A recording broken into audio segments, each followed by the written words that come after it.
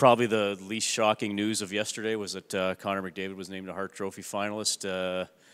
You know, again, just that's another award for the young man who continues to impress people. Yeah, I can sit here and describe, you know, a million reasons why, but we've all had a chance, if you followed our team, which I know many of you have day in and day out, if you've had a chance to watch him play, and his effect that he has on the group and the outcome of our games night in and night out, it's a no-brainer for me to be nominated, and he goes up against a couple very good nominees as well that represented their team to a very high level. So it'll be exciting to see where all that ends up. Jordan Eberle just said that defensive game aside, he's a goal scorer. He's got to score. He's not happy just being a defensive guy. And he said, I'm not even getting enough chances here right now. What do you see as a coach? What do you tell, you know, how do you coach him out of this thing? What's he got to do to start with some chances? Well, we've met, you know, we met a number of times during the season, but we met again in the playoffs. And at times you can fall back on the things you're doing well, which you need to be doing all the time. It's not just evolving those skills now 6 years into the league. Those checking skills, those board work skills, the responsibility skills have improved, and we need them to stay in his game. But there's the other side of the puck, and we don't want him to play a high-risk, low-reward game. We want him to play with a little bit of risk and a high-reward game. So he's got to learn when to, or get better at, not learn because he knows how, find the holes, hit the holes at the right time, find secondary opportunities in and around the blue paint. Power play, he's got to execute better. So put a little pressure on him in that situation to produce offensively moving forward. Todd, you touched a bit on this yesterday. Could you maybe share a bit of what you're trying to get your to do to mitigate Anaheim's face-off excellence in this series? It's starting to trying to get who your guys, our guys, to sort of mitigate the historic. They've always been a good face-off team. What can you do to maybe even that out or bring that to a more level battle? Well, there's different things that we're doing now. We just need to get the results.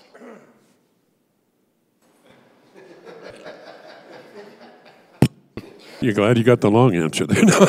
No, that's like asking if we're going to keep throwing the curveball in the second pitch of the game. Like, I don't think any the baseball managers are going to answer that. So, Coach, looking at the other side again, what effect or what impact has Ryan Getzlaf had on the series? On the series, well, I think he's been a tremendous player. I think he's been their best player. He's been through it. As a really young player, he was lucky enough to play on their fourth line when they won the Stanley Cup, and he learned the ropes that way. You know, they've been back to some of the other final series type situations. He played in the Olympics, the World Cup.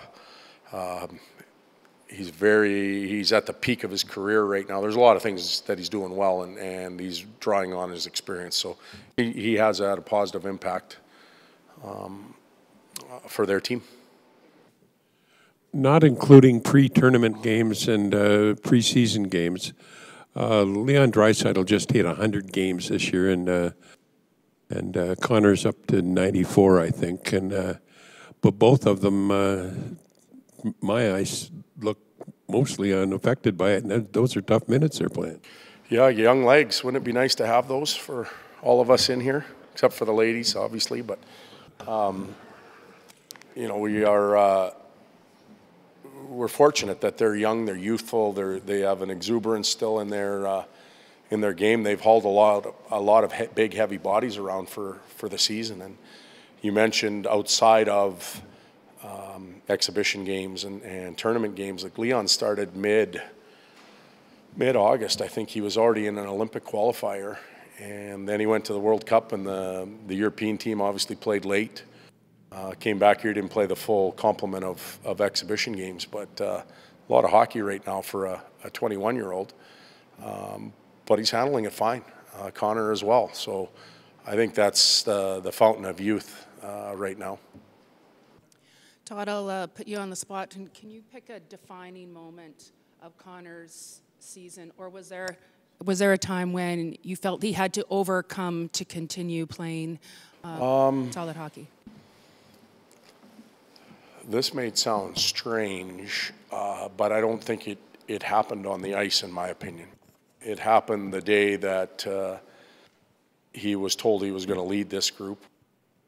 He sewed a C onto his jersey, and I think there was 4 other guys that walked out with him to meet with the media that day, and that was the leadership group or the core that wore letters. But when he was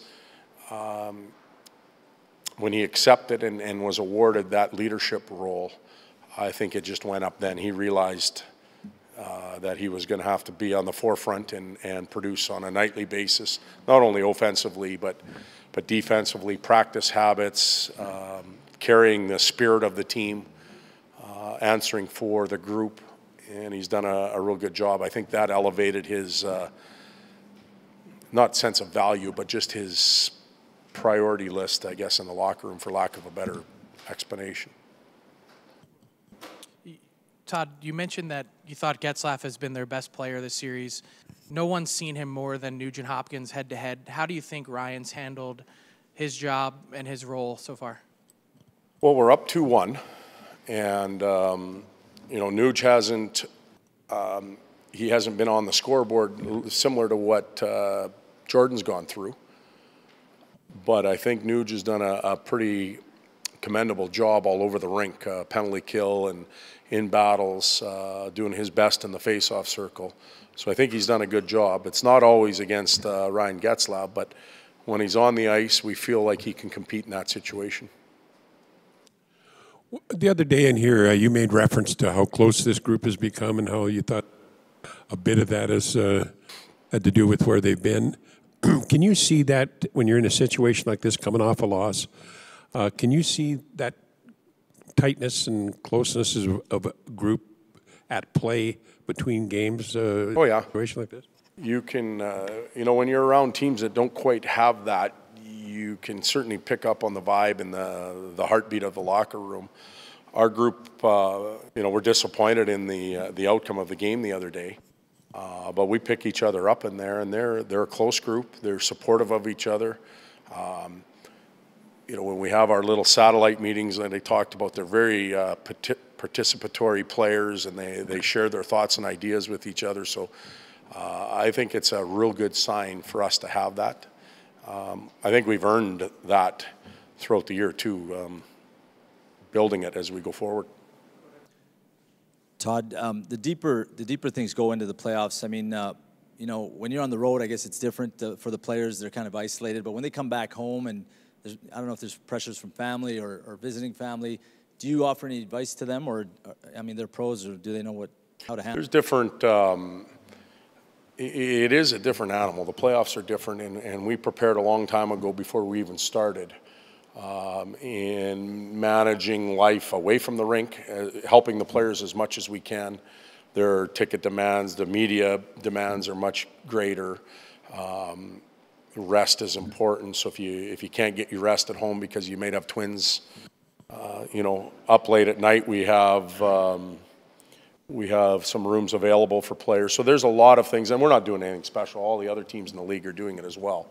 It's a lot of tradition that's been carried forward. So there's a number of different tools that the players can use to try and alleviate any of the outside noise, I guess, if you want to call it that. But our group's done a good job of that to this point. Todd, Anton Slepyshev was saying he's kind of surprised there hasn't been any communication issues with Desharnais and Pouliot. His English is a lot better. But is there another line that maybe stands out in your mind in your coaching days as just a weird mix and how they communicated or got past things? And I guess we're talking about a Russian and two French-Canadian players. But to me, hockey's a pretty universal language. When you're just using your eyes, and if you turn your ears off, you don't have to translate at all, because players understand what the systems are, and anticipation skills and read and react situations. Sometimes when we throw the words into it is when we really confuse them, especially as coaches. So maybe they're keeping it real simple. Lines in the past that have, there has to be some, but I can't off the top of my head. I don't want to keep you guys here forever. So plus I want to go home too. Okay, bye-bye.